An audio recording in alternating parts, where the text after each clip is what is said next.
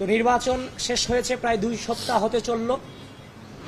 আমরা আমাদের জায়গা থেকে যে অভিযোগগুলো এসেছে, যেগুলোর প্রমাণ আমরা পেয়েছি, সেগুলোর সম্পর্কে ঢাকা বিশ্ববিদ্যালয় নির্বাচন কমিশন এবং ঢাকা বিশ্ববিদ্যালয় প্রশাসনের কাছে আমরা লিখিত আবেদন জানিয়েছি। লিখিত আবেদন জানানোর পরে আমরা দেখতে পাচ্ছি যে সেখানে কালক্ষেপণ হচ্ছে, আমাদেরকে অ্যাভয়েড করে চলার একটা চেষ্টা তারা করে যাচ্ছে। এই নির্বাচনের দিন থেকে শুরু করে পরবর্তী সময়ে যেই ধরনের অসামঞ্জস্যতা আমরা দেখেছি, আমরা ইচ্ছা করলেই রাজনৈতিক যে সংস্কৃতি বাংলাদেশের ছিল, বিভিন্ন কারচুপি হওয়া এবং নেগেটিভ রেজাল্ট আসার পরে বিভিন্ন আন্দোলন করা, আপনারা আমাদেরকে জিজ্ঞাসা করেছিলেন যে আমরা কোনো আন্দোলনে যাব কিনা, কোনো প্রকার মিছিল মিটিং কিংবা অবরোধে যাব কিনা। আমরা বলেছি আমরা প্রক্রিয়া অনুসরণ করে আমরা সামনে এগুচ্ছি, অতি দ্রুতই আপনারা আমাদের অবস্থান সম্পর্কে জানতে পারবেন।